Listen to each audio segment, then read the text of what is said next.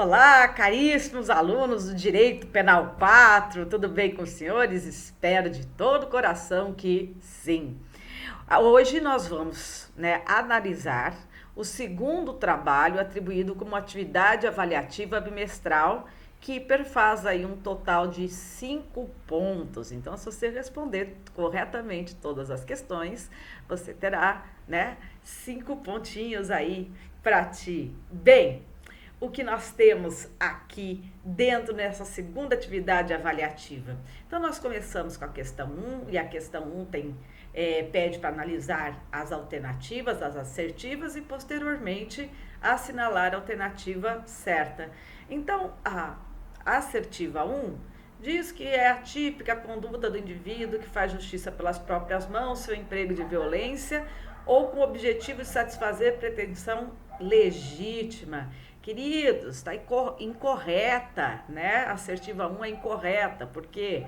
Porque lá no artigo 345 do Código Penal, o exercício arbitrário das próprias razões, é dito que fazer justiça pelas próprias mãos para satisfazer pretensão, embora legítima, salvo quando a lei permite. Então, mesmo que a pretensão seja legítima, mesmo que não haja emprego de violência, a conduta é típica.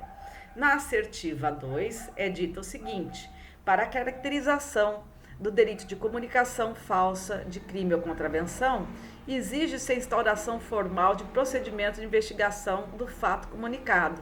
Não, é incorreta, não esqueçam que o crime capitulado no artigo 340 do Código Penal ele é um crime formal, certo? Basta a provocação da autoridade, com a consequente comunicação de crime ou contravenção, que a gente sabe que não se verificou. Então, a assertiva 2, ela é incorreta. Na assertiva 3, nós temos: com o intuito de proteger seu filho, João comparece perante a autoridade policial e falsamente diz ter praticado o crime que em verdade fora praticado por seu filho João. Então, fora praticada por seu filho. Então, caríssimos, João cometeu o crime de autoacusação falsa. Corretíssimo, queridos, corretíssimo. Então, no artigo 341 do Código Penal, nós temos a seguinte redação: acusar-se perante a autoridade de crime inexistente ou praticado por outrem. Então, a resposta correta desta questão é a alternativa E, porque somente a assertiva 3 está correta. A questão 2, ela é estruturada da mesma forma que a questão 1. 3 assertivas para depois para serem analisadas e posteriormente se assinalar a alternativa correta. Então, a primeira assertiva diz o seguinte, caríssimos: dar causa à instauração de investigação policial contra alguém, imputando-lhe fato que sabe inocente. Bem, essa conduta ela está prevista no artigo 339 do Código Penal, certo? Dar causa à investigação policial, a instauração de investigação policial, de processo judicial, instauração de investigação administrativa, inquérito civil ou ação de improbidade administrativa contra alguém, imputando-lhe crime de que o sabe inocente. Então, caríssimos, essa assertiva, ela traduz o crime de denunciação caluniosa. Bem, então não pode ser ela, porque o enunciado, pede que dentro das situações acima descritas, que se elenque qual é o delito de comunicação falsa de crime e contravenção. Então vamos para a assertiva 2.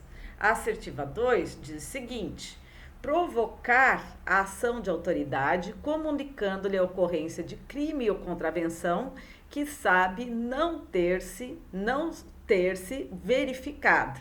Bem, aí nós vamos dar uma olhadinha no artigo 340, que fala provocar a ação de autoridade comunicando-lhe a ocorrência de crime ou contravenção que sabe não ter se verificado, não se ter verificado. Nossa, tá igualzinho. Então, imagina se essa alternativa não está correta. Tá corretíssima. Mas vamos ver ainda a terceira assertiva, que diz o seguinte: dar causa em instauração de improbidade administrativa contra alguém, imputando-lhe crime de que o sabe inocente. Queridos, essa conduta é de denunciação caluniosa, prevista no artigo 339 do Código Penal, que nós analisamos, né, que nós fizemos a leitura, quando nós verificamos a assertiva 1. Então, queridos, aqui o nosso gabarito só pode ser a letra B, porque fala que configura o delito de comunicação falsa de crime ou contravenção a conduta indicada somente em B, né? Assertiva 2. Certinho? Continuando. Questão 3 diz o seguinte: segundo o Código Penal Brasileiro, a conduta de acusar-se perante a autoridade de crime inexistente ou praticado por outrem caracteriza crime de autoacusação falsa. Então, nosso gabarito é letra B, autoacusação falsa. Então, continuando, né? Não esqueçam que a autoacusação falsa, ela está prevista no artigo 341 do Código Penal, que diz o seguinte: acusar-se perante a autoridade de crime inexistente ou praticado por outrem, pena detenção de 3 meses a 1 ano ou multa. Mas, logo em seguida, nós temos a questão 4, que falava que Maria de Souza devia R$ 500 a José da Silva e vinha se recusando a fazer o pagamento havia meses. Ai, ai, ai, Maria. Cansado de cobrar a dívida de Maria pelos meios amistosos, José decide obter a quantia que lhe é devida de qualquer forma. Ao encontrar Maria fazendo compras no centro da cidade, José retira a bolsa das mãos de Maria, puxando-a com força. A fivela da alça causa uma lesão leve no braço de Maria. José abre a bolsa de Maria, constatando que ela levava consigo R$ 2.000 e pega R$ 500, deixando a bolsa com os pertences de Maria no chão. E aí, qual é a punição para o crime praticado por José?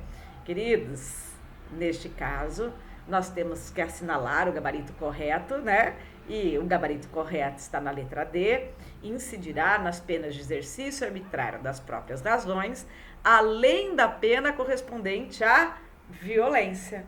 Por quê? Porque no artigo 345 do Código Penal, nós encontramos a seguinte redação, vamos recordar? Recordar é viver, vale a pena ver de novo.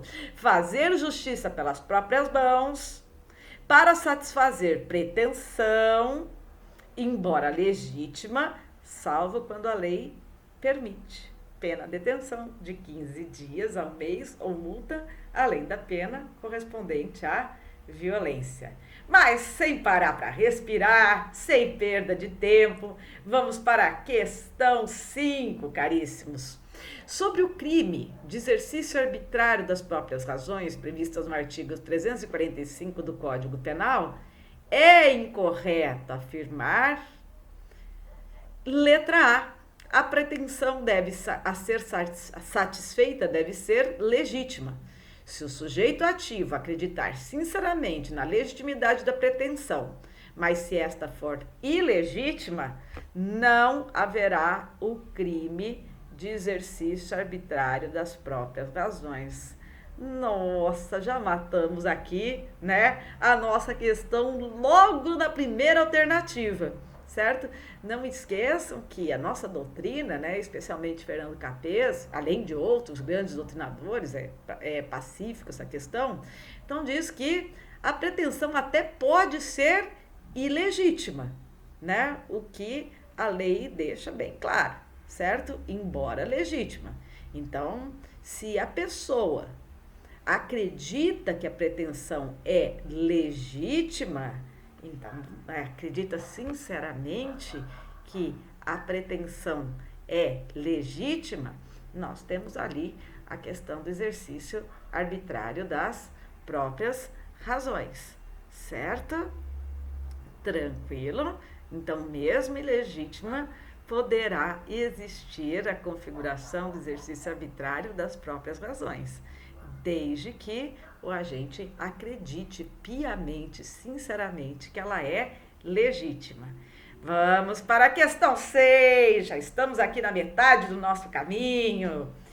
Eupídio, conhecido corretor, alugou uma casa para seu amigo Márcio. Quando a inadimplência do locatário já somava 4 meses, o locador procurou Márcio e solicitou que ele pagasse pelo menos 2 meses, relatando a importância dos aluguéis para sua subsistência. Na ocasião, Márcio solicitou mais 10 dias para saldar seu débito, no que foi atendido. Entretanto, o prazo se esgotou sem que se efetivasse o pagamento. Indignado com a inadimplência do seu amigo, Eupídio ameaçou Márcio com um revólver calibre 38, sendo que ele tinha o porte regular da arma, levando sua televisão de 42 polegadas, seu DVD, seu relógio Rolex, objetivando compensar seu prejuízo. Assim, Eupídio praticou o crime de, adivinhem se não é exercício arbitrário das próprias razões, lá do artigo 345 do Código Penal.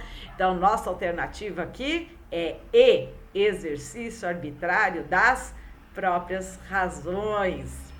Questão 7, uma questãozinha de certo e errado, hein? Olha que bacana, que moleza.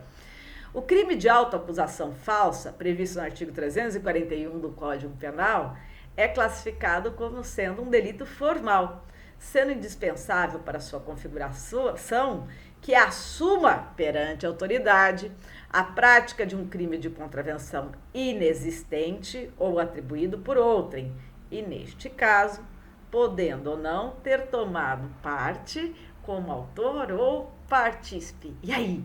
É certo ou é errado, queridos? É errado. O artigo, o crime de autoacusação falsa, lá do artigo 341, ele é um crime formal. Então, não precisa, para que ele se repute como consumado, não há necessidade de qualquer outro ato, certo? De qualquer outro ato, como, por exemplo, a instauração de um crime, de um procedimento formal, certo?